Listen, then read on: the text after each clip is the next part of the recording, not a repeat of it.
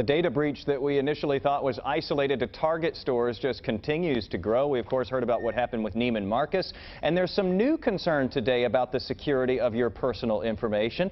Starbucks is the latest one under the microscope now, as we are learning that its app may leave your personal information vulnerable to attack. 10 million people use it to buy coffee and more from the Seattle-based coffee chain. This afternoon, we're getting some expert advice from Starbucks country. We head up to Seattle right now, where technology reporter Brian Westbrook, joining us live from our sister station, King 5 News, is standing by. Now, talk to us a little bit about this danger with the app here. What are we at risk of?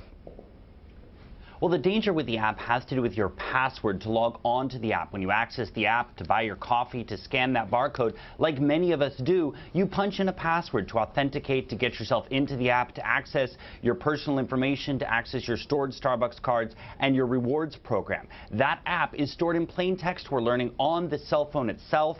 If you have access to that cell phone, you could have access to the password. Of course, the danger there is many of us use the same password for that Starbucks app that we do for our other applications online. And it's there for people to read if you happen to leave your phone lying around somewhere. So what is Starbucks doing about this right now? Anything?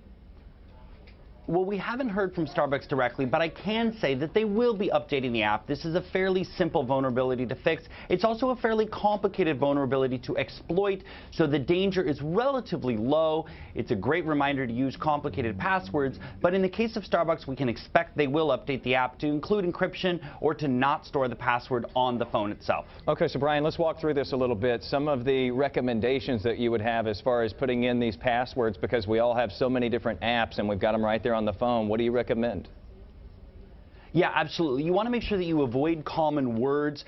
Believe it or not, the most common password that we see every year is the word password, or a sequence of numbers 1, 2, 3, 4.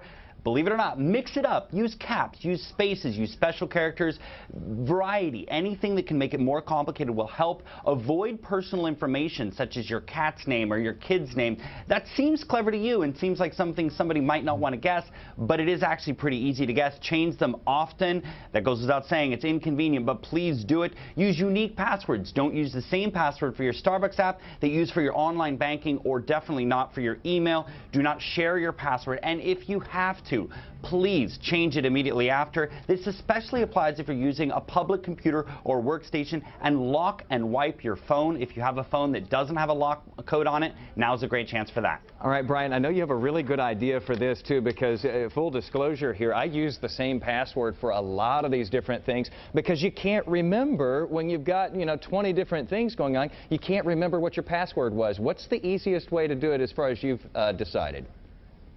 Well, I think a great way to do it, Jason, next time you're out to get that grande non-fat latte for Shelly, is to grab a phrase that you might think of. So I really enjoyed my trip to Dallas, Texas. Might become the password capital I, R-E-M-T, the number 2 as in 2, DFW, which is the airport code for Dallas. So you might complicate it by thinking of a phrase that you can remember and translating into numbers that the computers can get you into those systems. Wow, makes the code a lot harder to crack. Very nice work there. And, the safest thing of all is to just not even go to Starbucks at all to get that latte for Shelly. Let her get her own. Thanks for joining us today, Let Brian. Shelly get her own.